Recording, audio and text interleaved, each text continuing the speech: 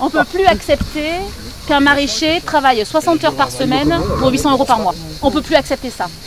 Donc, on a pris le problème à l'envers, on a dit on va salarier un maraîcher dans une entreprise, dans un collectif, dans une commune, dans une agglomération. On salarie le maraîcher, il a un salaire, ses heures sup elles sont payées, il part en vacances. S'il faut envoyer les enfants en vacances, il peut payer les vacances des gamins.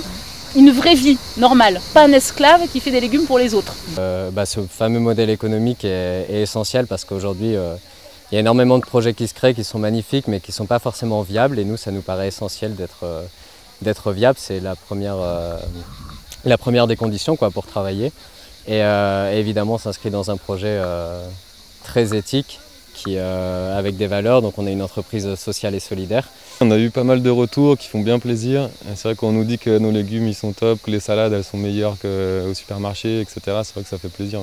Les paniers ne sont pas gratuits, on vend les paniers à nos collègues du coup de l'entreprise. Les légumes qui sont produits sont vendus aux salariés qui le souhaitent au prix de la Biocoop, au prix du marché, parce que l'idée n'est pas de faire une mauvaise concurrence aux maraîchers locaux. Pour qu'un maraîcher puisse vivre, gagner sa vie, il faut que les légumes ils aient aussi un prix. On essaye d'équilibrer au mieux en entreprise. Si les légumes permettent de payer le salaire, de payer les investissements, tant mieux.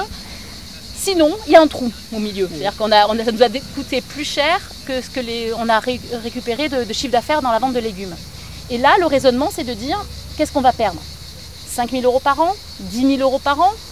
Moi, j'en suis arrivée à me dire qu'on est autour de 10 à 15 000 € par an de pertes. 10 à 15 000 € par an pour un maraîcher tout seul, c'est juste insoutenable. C'est son salaire, c'est insoutenable.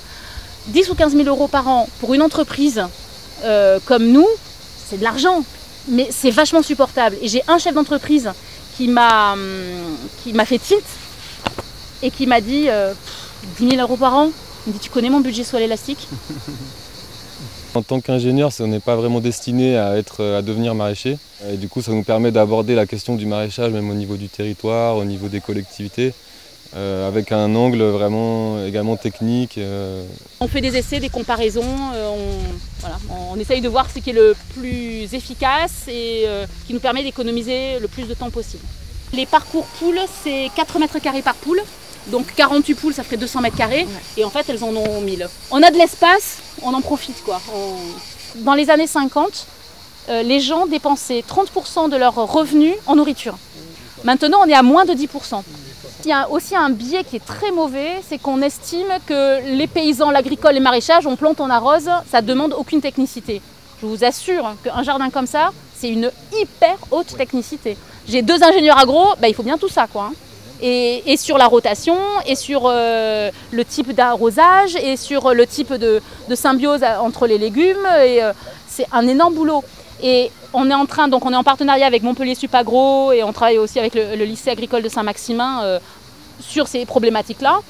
On est en train de réfléchir à un diplôme de maître maraîcher. Comme on a un centre de formation, l'idée c'est d'avoir du public qui est capable ensuite, nous, on peut placer des maraîchers sur des potagers d'entreprise, les former, les mettre en route et ensuite rendre le potager indépendant. On est là éventuellement en dépannage, en conseil, mais l'idée c'est que chaque potager soit indépendant dans sa communauté.